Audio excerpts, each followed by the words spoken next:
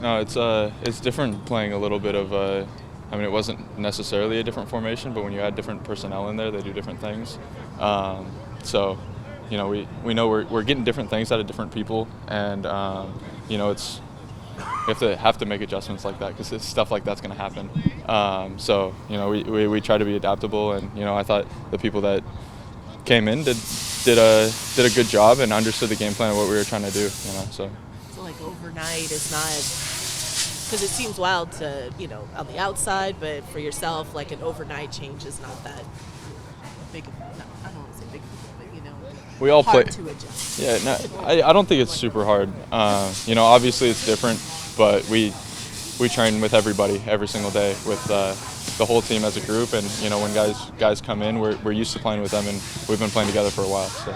Josh, speaking of adjustments, just what adjustments did you have to make with you and Obed, just in terms of in-game, who goes up, who comes back? Yeah. What was that like? That was a little different. We've had more time to adjust to that. I mean, me and Obed played together in the Sacramento game, the last preseason game. So we've had a couple weeks getting more and more familiar with each other. Again, we've played a lot of soccer together over the years, but Obed's a little bit more of a runner, a little more like me. He likes to get forward, so just makes me have to sit more. He has to sit for me sometimes. It's just all about balancing. So. But having said that, you found yourself in an advanced position a couple of times, and how did that go about? And is that something I don't make you ask? Yeah. No, I guess when me and Jao were playing together, it's more of like more like distinct. Like he's gonna sit more, and I'm gonna roam a little bit. Obviously, there's nuance to that, but with me and Obed, it was kind of just like we both know we both want to get into those positions. So it was more who's closer, who has like an advantage, who's smart to go forward at that time, and who needs to sit and cover.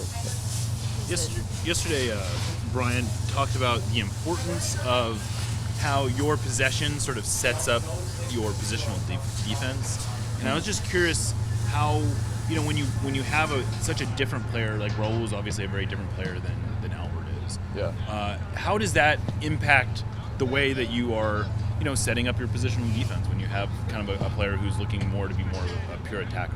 Yeah. No, that's a really good point actually. Raul likes to float inside more, and he likes to be higher against the back line. Albert likes to be deeper and get the ball in pockets. So it actually made me and Obed kind of have to be more positionally disciplined, where one of us can't take off because you're not really going to have the cover besides the other one of us back there. So at times where it would be not one of us has to go, both of us can sit.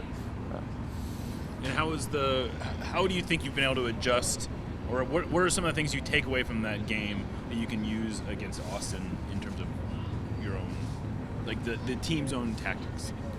Yeah, Austin's kind of a similar team in the way they possess and the way they build. They build with 2-8s, and they have 1-6 holding.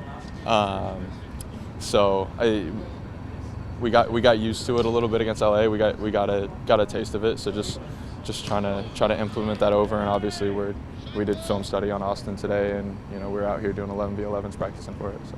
Is that or what kind of things also can you take, like with Pedro? If Pedro is definitely in the middle, how does that change things? Or it's interesting because I haven't seen him there. Yeah.